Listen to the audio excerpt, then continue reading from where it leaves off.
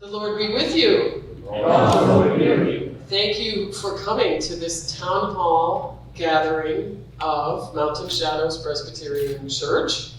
I appreciate your presence, and I see that we've got a couple of folks who are attending via Zoom, and there might be some who experience the meeting in its recorded format later on. We will email the link to the recording to the congregation. I don't know that that's something that needs to be put up on the YouTube channel, but in any case, we'll make sure that every one of the congregation has access to the information we are presenting today.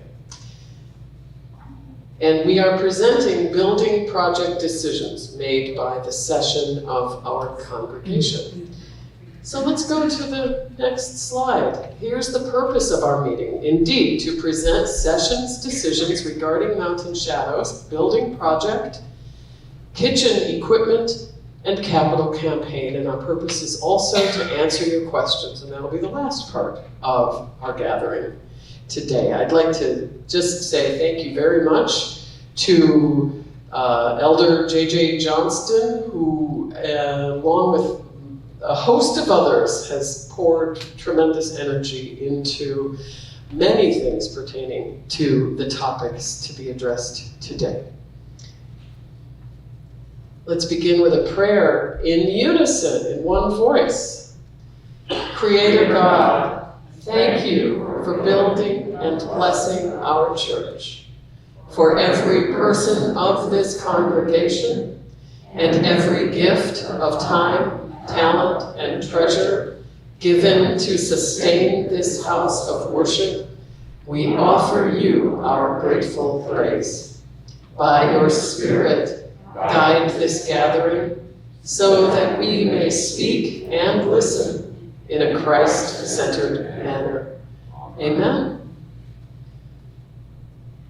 The topics to be addressed in just a little more detail, into which JJ will go more deeply, are these: the postponement of further action on a building project, the donation of kitchen equipment donated to Mountain Shadows, the continuation of the capital campaign undertaken for the building project, some figures, facts, and envisioning of the future, a brief faith statement, because all that we do in a persevering faith, and then a question and answer time. So if you have questions that occur to you along the way, you might jot those on perhaps the back of one of those sheets that you can remove from an attendance pad, so that we can hold questions until the end and then give ample time to all of them. With that, I will welcome J.J. Johnston. Thank you, Pastor Rachel, and good afternoon, everyone. Well, not quite afternoon. But thank you so much for being here physically and in the Zoom room. And Rachel outlined the purpose of the Town Hall gathering. The session made 3 key decisions. We want to tell you about the what and the why of those decisions, and wrap up with any questions, comments, ideas you might have. So I may cover the topics quickly and efficiently and clearly. I'd ask that you hold your questions until the end of the presentation, and we will make sure all questions get answered. So the first slide, after that, Mr. Kent. The building project proposal, the realities and reasons why the session decided not to go forward with a new building plan at this moment in time. I think all of us in this room are painfully aware of the ongoing impacts of the global pandemic, and it has created a great deal of economic uncertainty through the pandemic to present. We have tremendous inflation, the worst I've seen in my 40 years of studying it. And we have found that we have also have a lot fewer church members, as most churches do during COVID. When we literally lost people who moved away from the area, we've lost people that have passed away, and we've lost congregants that have just become affiliated with a different church. So the bottom line is we have fewer members, fewer pledges, and fewer dollars that we were anticipating 3 or 4 years ago when so many of you were envisioning this project. The session just believes, because of all of these reasons, this is not the time to ask the congregation to build a very expensive new building. Back 2 years ago, it was coming in at close to $750,000. Certainly it would be a lot higher than that in today's dollars. And we would put it to a vote and go into a new mortgage. Some really good news is, thanks to all of your perseverance, the mortgage that you agreed to start in 2003 has been fully paid off. My friends, we are debt-free.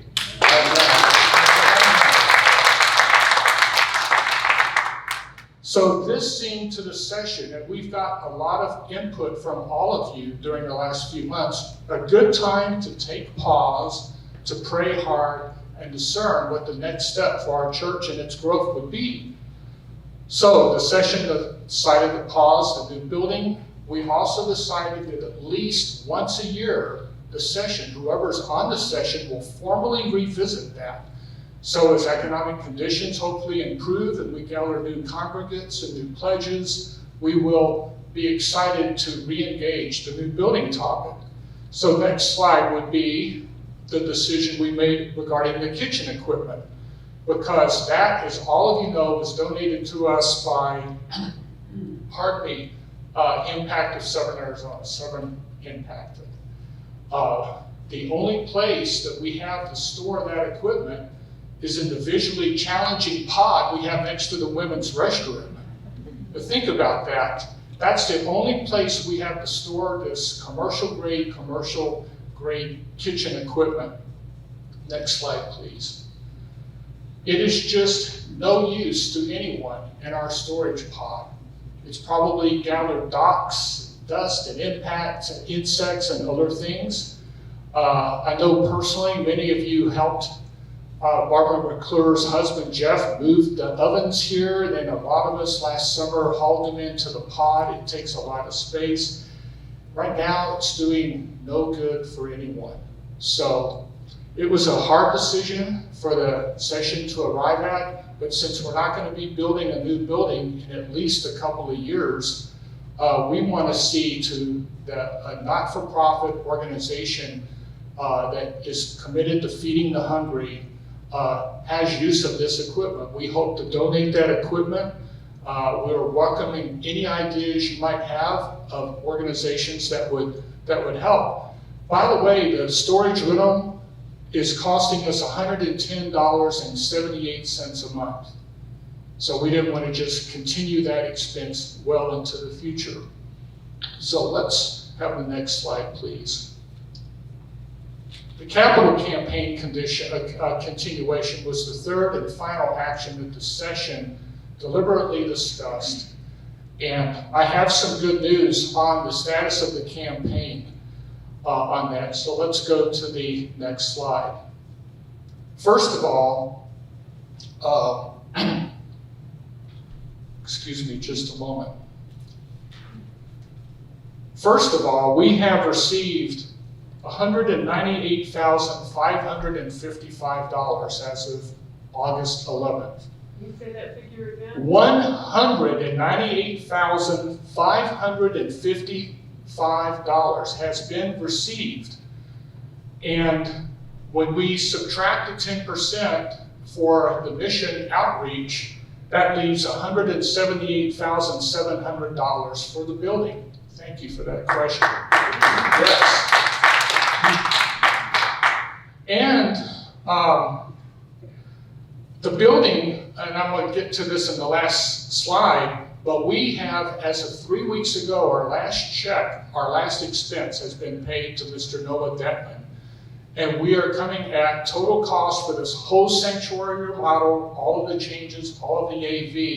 And by the way, for any new members that would like to know what all went into this, October 10th, I see several of you in the room that actually gave building tours. This is a 2.5-page script on everything that went into this massive project. So I have a dozen copies if you'd like to pick one up. So we have currently received in the building fund $178,700 of what has been received in the total pledge of $198,555, subtracting out the 10% for mission. And we have $15,800 to go to put into the building fund before we can repay the church for cash flowing the project while we were doing it. And we promised as a session that there would be no new debt involving this project, and there has been no new debt. But we do have a lot of other opportunities on the horizon. Funds need to be replenished to the church toward completion of the funding of the building sanctuary. So we're $15,800 away from building fund revenues just to make the church whole so that credits equal the debits. And talking to Therese Griffin and Bill Grimm and many others on the facility teams, they have told me that we have a lot of needs in facilities beyond annual maintenance. Those needs would include a new air conditioner, a new power box, new hand railing, some new Wi-Fi innovations. And when we priced out what it would take to restore and totally redo the 2 bathrooms that we had back in May 21, the bid came in at $117,000. So I think everything I just described with a mild remodeling of the bathroom to make it more user-friendly would run $50,000 to $60,000. So we do have a ways to go on that. So let's go to the next slide. So back in May of 2021, we were all in this very room before we even began remodeling it. We were promising you an estimate of about $182,000 to completely redo the sanctuary, the new AV equipment and everything else. $182,000. So July of 21, the construction actually began, and about 3.5, 4 months later, it was substantially complete, and then we did the building tour. So we are about 12,000 above what we thought we would be in May of 2021 without any construction or any of that. But some of the change orders that came forward beyond our May 21 town hall included the quiet room having a much larger window and speakers, a couple of new mics that were not in the budget. Some of our floor mountings were in plastic, and Noah said they should be metal. So we had to upgrade what we had anticipated. And the storage pod is an ongoing expense, and we were able to paint a new floor for Rachel and Judy's office. So what I just described is easily $10,000 beyond the $182,000 we thought it would be. So the really good news is we're about 5% or less on what we hoped it would be almost a year and a half ago. And that's pretty extraordinary when you think about inflation and all the other things. And all of this has been accomplished because of each of you in this room that put your brains and your passion to doing a great design, having meetings, having a smart plan, praying. And we have gone through a heck of a time getting this done because of COVID and all of the economic displacements. But your prayers, your passion for this church have not only caused this to be a successful project, but it also caused us to get out of debt. And the final slide, I would ask, before we join together and have a brief statement of faith, I just want to tell you so much of what we hear from you is gratitude on getting this project done, getting our house in order, staying on budget as best as we can. The one reality that we have is when we looked at the members we lost and the pledges that we think, Judy, Leonard, and I talked about, that we'll actually receive when the pledge campaign is over in a year, we're thinking we're going to have close to 235, 237 total dollars received. And when you subtract 23,700 from that for mission tithes, that leaves about $213,000 for any building. Now, the sanctuary is paid off right now at $194,500. So we definitely want to continue asking for those who have made pledges to building faithfully. If you're able to, please continue those pledges. We feel gratitude that this is done, that our mortgage is paid off, we're debt-free. We have, in my opinion, the most incredible ministry, mission work of any church I've ever been part of. We have a wonderful pastor and all of you here. So God is certainly not finished with us. With that in mind, please join together and let's read this statement of faith. God is not finished with us. Mountain Shadows Presbyterian Church is united in our shared desire to please God. We will always trust that God leads the faithful down the right road on God's schedule. We move together without fear, listening to the Spirit, knowing that God guides our steps. Amen. And with that, I'm going to hear any questions or comments, suggestions you might have, and I'll ask certainly Pastor Rachel to come and help with that. Thank you. Randy? I have a question, and it's just about our signage out front. You know, as you start to notice it just is looking old. And I don't know if it's a matter of refurbishing it or repainting it. I don't know what's behind, but you know, I think we probably need to kind of look at that and figure out how we might handle that. Just to make sure everybody heard Randy's question, and I'll speak to it, and if you want to speak to it, you can, certainly, JJ. Thank you. Amen. It's a hot sun that does a number on all kinds of things, and I personally quite agree with you that the sign is in need of sprucing up, and indeed, when Therese, who is our elder for facilities, and JJ and others were compiling a list of facilities needs that can still be addressed through the generosity of the congregation and the careful stewardship of our resources. One of the needs identified was just that, the need for the sign to be improved. At this time, I don't believe the research has been done into exactly how that can be done. Obviously, we'd want to do it in the most cost-effective way. But there is also an important conversation underway about the need that Mountain Shadows has to raise our public profile, whether that's visibly on Oracle Road, or it's online on our website, or on social media. And so I personally, pastorally give an amen to your question about the sign and what, does anybody notice that it needs improving? The answer from me is most certainly yes.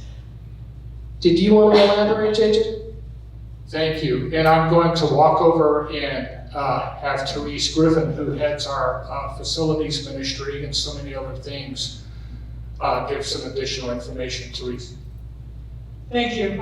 Thank you for bringing it up, Randy. It's absolutely, Bill and I have talked about it. When it rains, then I get a phone call to say the light bulb's out. But that whole electric, everything in there is really rotted. The outlet is on a wooden post. Why would you put a wooden post in the desert? Because it's just rotting away. And we had the electrician to come out to help other for the education building, because we were popping the fuses all the time, so we got an upgrade. And that gentleman has worked with us for a long time, even with the other facilitators. And he said, he's worked on that so much, he said, that's probably, you're gonna need a whole new system. But I'll have him come out and tell me that again, but then follow through on it. And I also feel like we need a higher one that you can see it from the street. Thank you, Therese. And I keep this mic, and if someone else has a comment or a question, there's their mic. See, we have 2 new mics that we didn't anticipate back in May of 2021. Thank you. Thank God they're Thank you. working. Are there other questions? Dorothy, let's bring a mic to Dorothy so that we can hear her question.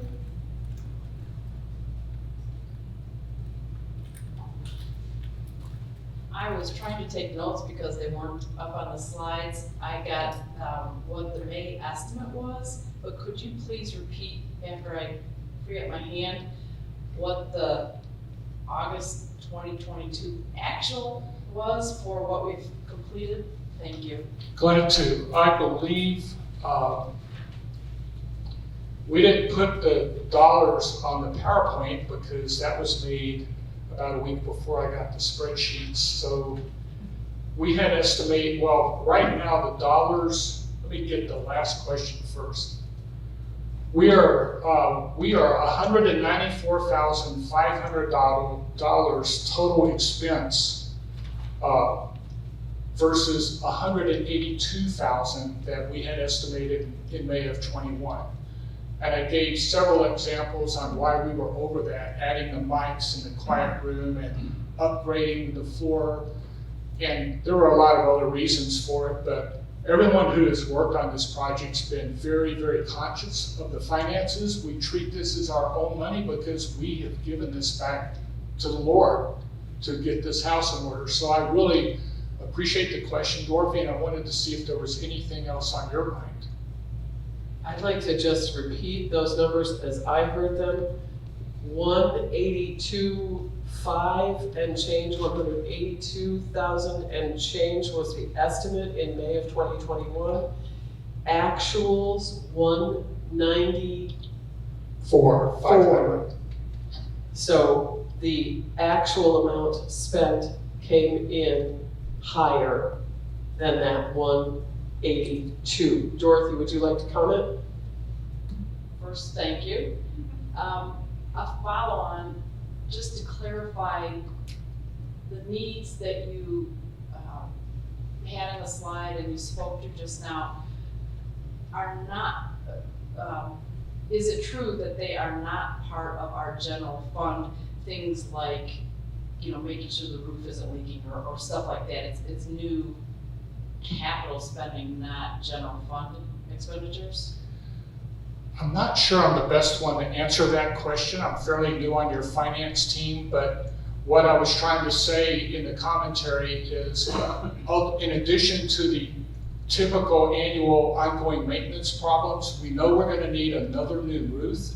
We're going to need a new power circuit, new handrails, and several other new things, and of course the sign we're talking about. So we haven't really made a commitment to do anything with the bathrooms right now. So we've put a pause on that.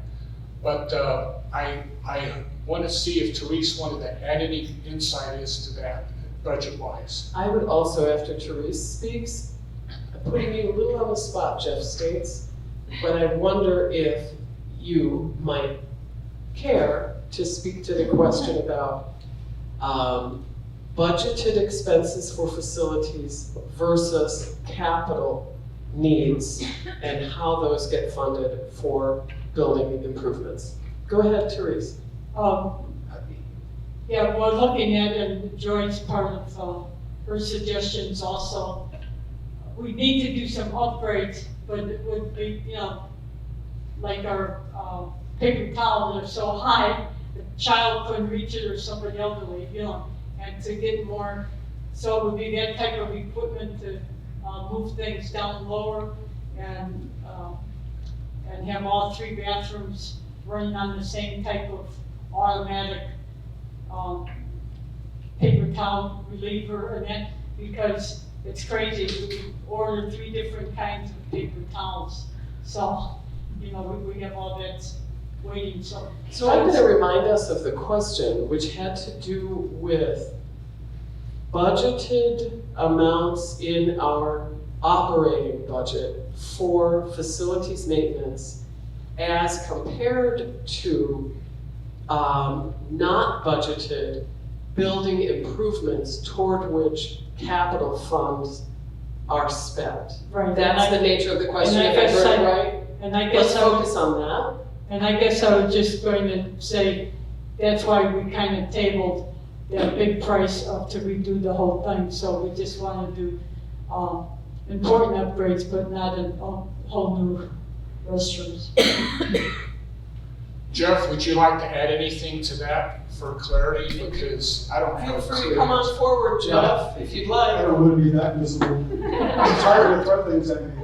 I would say, we have been very careful to segregate and protect the integrity of the capital funds. And the project, as the money's been spent, has only been used to accomplish things that were identified and not capital expenses generally. To that extent, when we needed purifiers, because of COVID, we found the money within actually our reserves, not taking money out of the building project to fund those. There are some things that were done in here that were upgrades where we were able to, and we found the money within the budget. So the operating budget pretty much would be what you'd think. It's for normal repairs and maintenance and upkeep. And those things should be built into the budget, and that's been our effort to always do that. The only place there would be some overlap, we do have a line item, and when we've had money available, we had been transferring money into an account which was for facilities replacement. We did that when I first came in 2016 and 17, and probably carried over into a little bit in 18. Then as we got involved with others, we stopped putting that money there. That money was being put aside specifically with the concept of being able to start replacing the air conditioning. We had looked to be able to do that, not by taking it out of the operating budget, but then when we've had some surplus cash. As you know, we've always been very conscious of trying to maintain a good, healthy reserve for emergencies or unplanned things. That's where we have taken money when we've overspent the operating budget, but it's been, again, for a capital expense like replacement of the air conditioning. When we had to do work out in the backflow septic system, when we had flooded a couple of years ago and overflowed, that money had to come out of the reserves. It didn't come out of the operating budget. And I would tell you that that would be the intent, I think, and it's a definition, operating budget is not capital expense. And so when we're buying paper towels and things like that, we're not looking for your contributions for the building fund. It will be used for building. Jeff, that's very helpful, and the reason I asked Jeff to speak to that question is that for 6 years, Jeff served on the session, 2 consecutive terms, as Elder for Finance. He continues to serve as the Assistant Treasurer. Linda Zollner is the Treasurer, who brightens our church office virtually every Monday morning. And in 2022, because candidly of a smaller leadership pool, fewer volunteers from within the congregation, we found it necessary to join together the stewardship and the finance team. JJ is serving for the first year in his capacity as elder for that combined team. And it takes a team, it takes a village to make these things happen and to share the information about them. Thank you. Pamela, I see your hand up. I just have a question. Maybe Jeff would be the right person to answer it. You're welcome, Jeff. Yeah. On the maintenance reserve, are there still funds there? Or have we depleted it with the air conditioning that we got? And let's give Jeff a microphone. And if JJ would like to speak to that too. Say, not looking at the balance sheet today, I think we fairly completely expended what was in the facilities reserve that we were setting aside, given expenses. Some things that were done here, but they were really operating expenses or should have been coming on the operating budget. it only ever, I shouldn't say only ever, it got to about $14,000 at one point where we had necessary facilities expenses that, well, took a portion of that and the rest of it, it's not enough to accomplish very much because we haven't added to it for the last 3 years. Essentially, with care and discretion, to make this sanctuary renovation complete and successful without incurring new debt, the decisions were made to spend some of our reserves. And part of the reason, if I understand correctly what my colleagues in ministry say, a part of the reason that the capital campaign has continued, and we invite people to complete those pledges if it is within your capacities to do so, is in order to rebuild those reserves that go toward substantial building improvements. Have I got that right?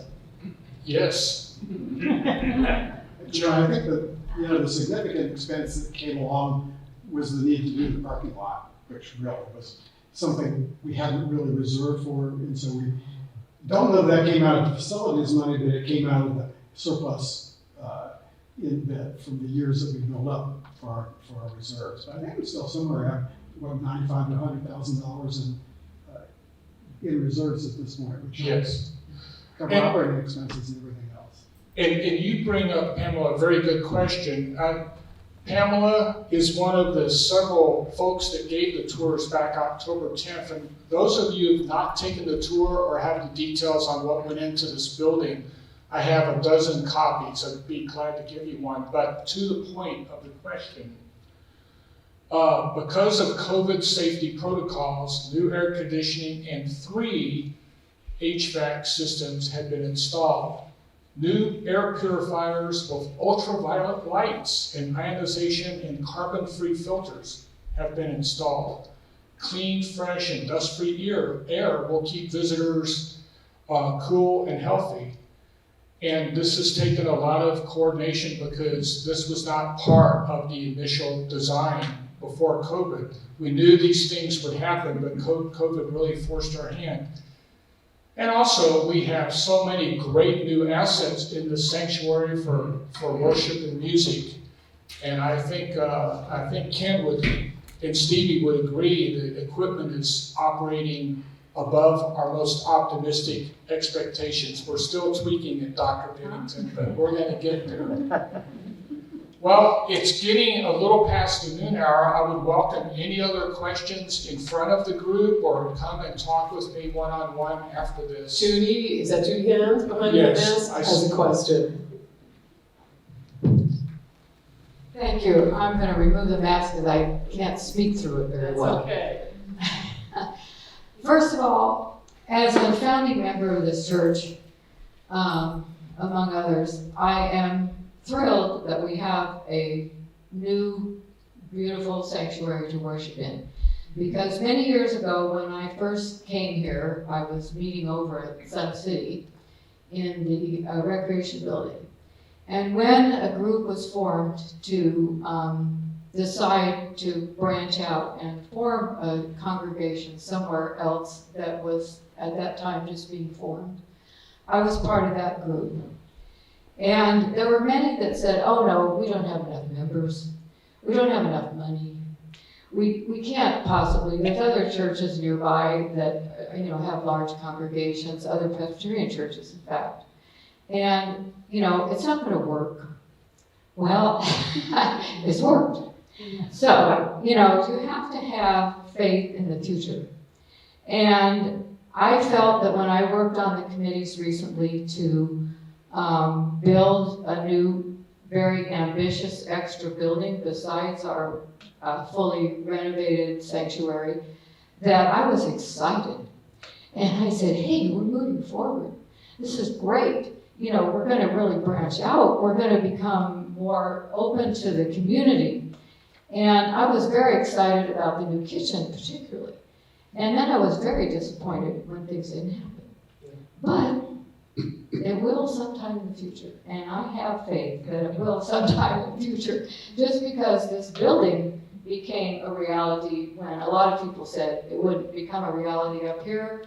And Mike Monroe, for you that know the new Mike, he was very instrumental in that and guided us to keep the faith and keep going. And so I'm kind of at that crossroads right at the moment, and that I'm disappointed because it's not happening now, but that doesn't mean it won't happen in the future. And I'm hoping that as our congregation grows some more after COVID is over, thank goodness, finally, someday in the future, it's not happening now, that we can advance to go ahead and keep the faith of our pledge to be faithful to our community and outreach.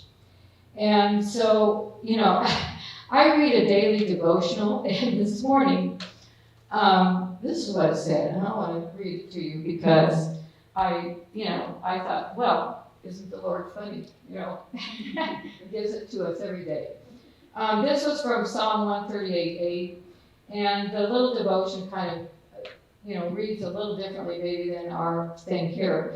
But it said, the Lord will perfect that which concerns you. And I thought, wow, and then the writer of this devotional adds in their own words a little addition. And it said, things do not always happen on the schedule that we would have them happen on, but have patience and do not get discouraged. Trust in the Lord and you will achieve your goals. So that was my thought for the day. Amen. Amen.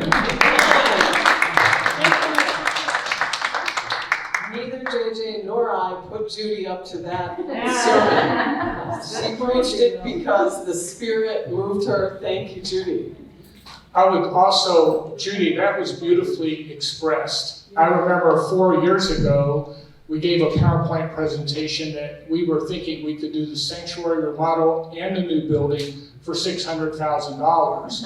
And then Pamela, you will know this very well. We sent RFPs out to 5 qualified contractors, got 3 responses, and aggregated, the whole thing came in at $1.1 million. Yeah. So the project lead team recommended to the session that we stage the project. Judy, we want to stage this. In God's good time, all things are possible, just like you said. So I share your optimism about a new building and all of that. So I would say one more thing, and I want to ask Joy Lewis to comment on October 30th. You and the other founders of this church will be invited to be recognized October 30th when we burn our mortgage. Joy. Before I talk about October 30th, I just want you all to understand that the session went through a great deal of discernment about this, and we clearly heard this is not no. This is not now. Wait. And God will lead us forward. And we have every confidence that that will be the case. And He's leading us forward every week, every Sunday, every week, and every day of our lives. October 30th, we're going to have a grand celebration. One of the things with our smaller numbers of leadership that we found is that it's kind of essential to do things as teams. And you've seen the Royal Valley Jazz Band gave a concert that honored Dr. Pennington that was to begin to talk about music as medicine, a joint venture with music ministry, hospitality, and the health ministry team.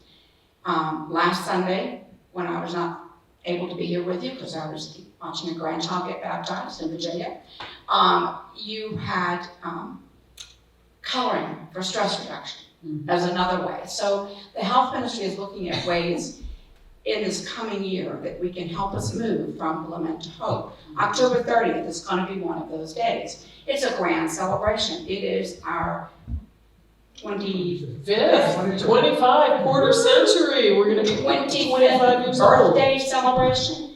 The Oro Valley Jazz Band is going to provide some music for medicine for our souls. And we're going to have some food, courtesy of hospitality, and we're gonna burn a mortgage. It's gonna be an exciting day that everybody should be ready to have fun. We're looking forward to it. And we thank you. Your session thanks you for all your support. I see that Dorothy has a hand up. Let's hand her the microphone. Not to extend this unnecessarily, but I do want to acknowledge that we have had new members join our church during this time as well. Amen. Amen. Yes. And I really appreciated, Judy, the way that you so boldly named that some things are disappointing. And we grieve those. We have to. That's a part of the life of faith. Lament is a part of the life of faith. And this morning, I think, we experienced some of that, the reality that we need to be able to express the sadness, but not without hope. And you expressed the hope so well. And one of the ways that our hope has been stirred and strengthened is indeed through new folks coming to us, joining us. Paul Butler, you and Jennifer are among those suspects, and we are grateful that there is new life. God does a new thing in our midst. Are there other questions to be raised? Let's let Pamela have the microphone, and I think we're shooting for a 12:15 conclusion time. I just want to add this to it. From the beginning, and I was part of the whole construction thing from the beginning, we put this project in God's hands. It wasn't our project, it was God's project.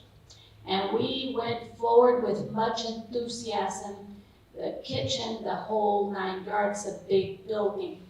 And initially, and of course the capital campaign, and initially we were not knowledgeable of COVID coming along when we presented the whole project to the congregation.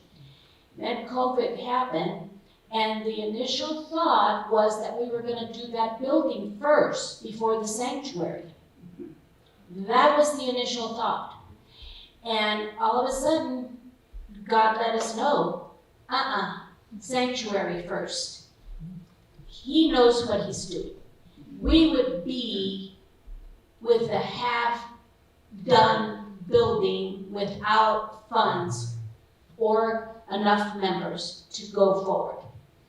But because God told us, no, put that on hold, do the sanctuary, we are able to enjoy this beautiful sanctuary, totally finished, totally completed, and totally paid without getting in debt. And that's God's desire at this point. And he has told us this will happen, not right now. Amen. Amen. Have you noticed that there's quite a few preachers in this congregation? I know who to call next time I get back. Are there any other questions or comments or sermons or words of hope? Just one more. I would say to Paul and all of the new members, please pick one of these up and you'll see the incredible improvements in this house of worship. And Pamela, that was very, very well said. Thank you. I know that you and Dorothy and Gay and so many other people helped design this, but present here is Mary Ann Butler. Yes. Every stone that was laid, every color that was picked, Yes. paraments, it just blows me away how much love we have for each other. So I'm going to quit talking and hand it back to our wonderful Pastor Rachel. And with that, I see no other hands raised, so I'll just raise my own and say, go in peace to love and serve the Lord. Thank you. Amen.